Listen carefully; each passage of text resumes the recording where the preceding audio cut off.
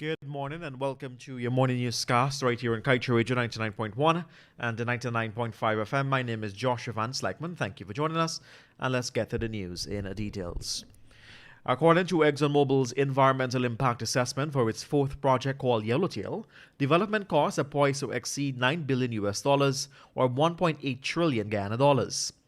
Exxon said the costs are expected to be higher since there would be a greater number of development wells and associated drilling costs when compared to its Payara project, which will also cost Guyana $1.8 trillion. Despite the cost, Exxon believes that the project should be supported as it would generate benefits for the citizens of Guyana in several ways, which would otherwise not be there in the absence of the project. It said these benefits include revenue sharing with the government of Guyana. The oil giant stressed, however, that the type and extent of the benefits associated with revenue sharing will depend on how decision makers in government decide to prioritize and allocate funding for future programs, which is unknown to the company and outside the scope of the EIA.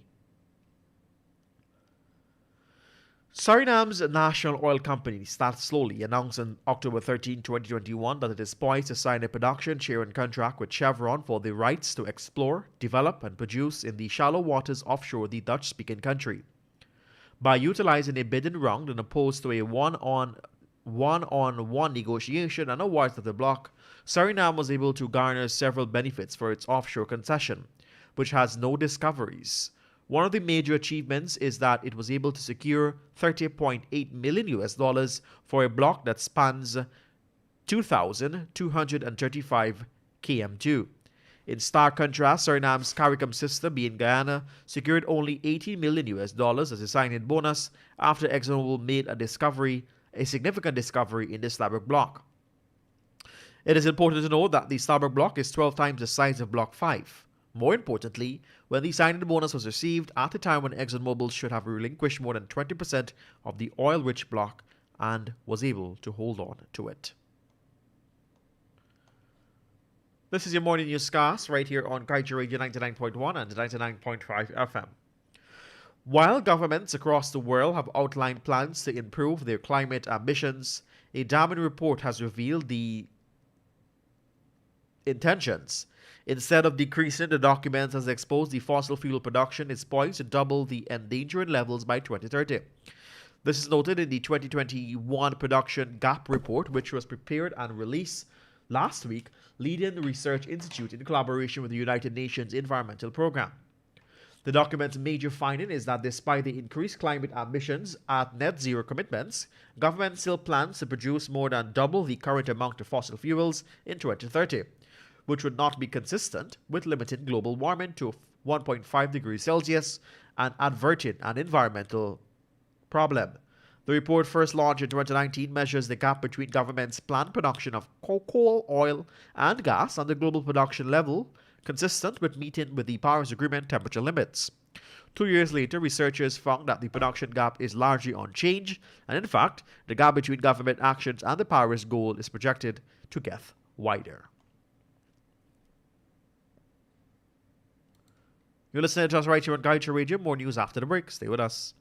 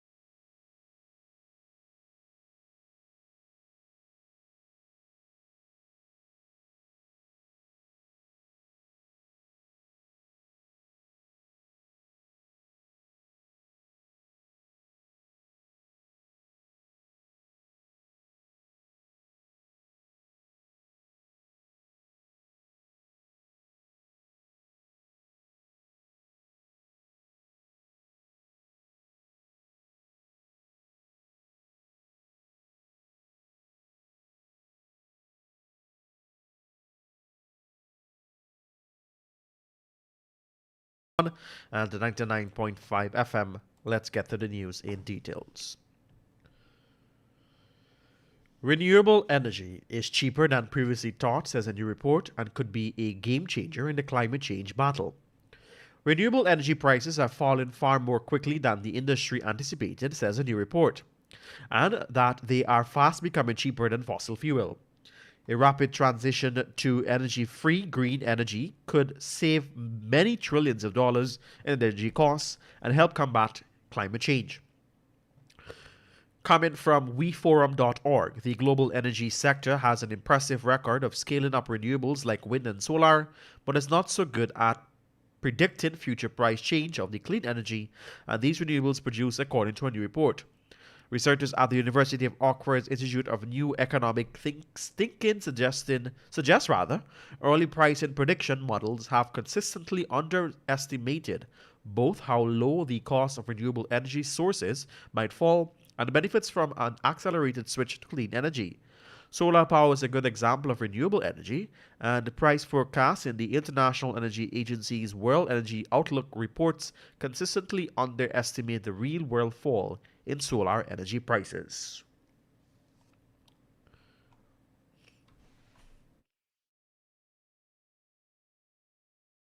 We tell you now that one of the three bandits who reportedly tried to escape from police yesterday after committing a robbery at Le Bon Intention on the east coast of Demerara has drowned.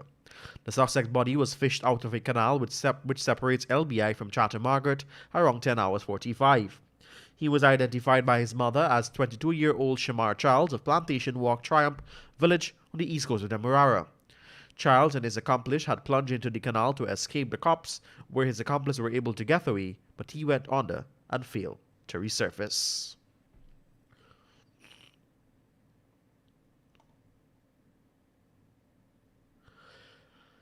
A medical examination has reportedly confirmed that the 14-year-old girl who was allegedly abducted after dropping her brother to school was also raped.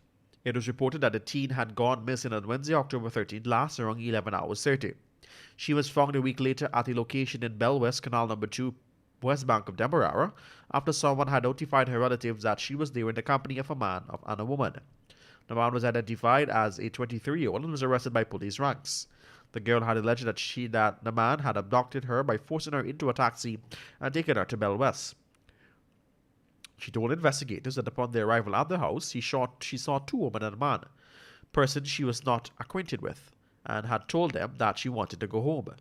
They reportedly gave her something in a cup to drink, which made her feel dizzy, and she fell asleep soon after.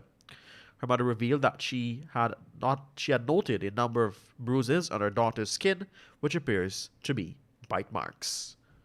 Kaieteur was told that the case file was created and is in the process of being sent to the Director of Public Prosecution for legal advice. Investigators, however, were forced to release the suspect on station bail because he had already spent 72 hours in police custody. The girl and her family are said to be acquainted with the suspect. In fact, her mother had told this newscast that the girl had complained to her about the man prior to the incident.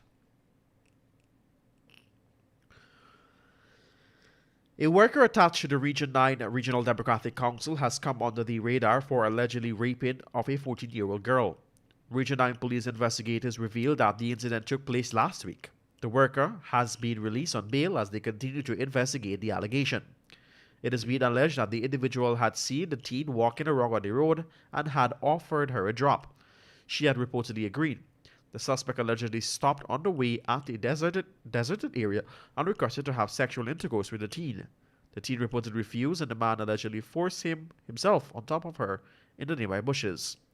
The teen was reportedly rescued by someone who had followed her screams, but the time that person arrived, the man had reportedly run away. And finally, at this time, GWI has instituted legal proceedings against LGS Barnes General Building Construction and Civil Engineering for failing to execute a multi-million-dollar contract for replacing aged transmission lines in the Bel Air Park area. According to DPI, this was revealed by Minister of Housing and Water Colin Crowell during the commissioning of the Republic Street Bel Air on Friday. Minister Crowell said that the company was contracted in November 2017 to replace 2,000 meters of GWI's transmission lines in Bel Air Park at a cost of $108 million. The sum of 4 months contracted was subsequently revised to $123 million. However, 3 years later in 2020, the company failed to complete the work but was paid handsomely in aid. Minister Kroll confirmed that the contractor received 93% of the total contracted sum. However, the company only laid 225 meters of new transmission lines, completing a mere 11.25% of the work by June 2020.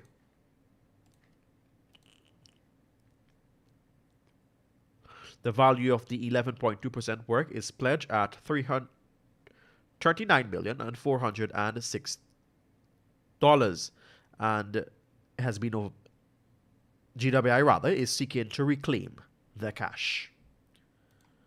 And that's the news to the moment. I'm Joshua Van Sleckman. Thank you for joining us.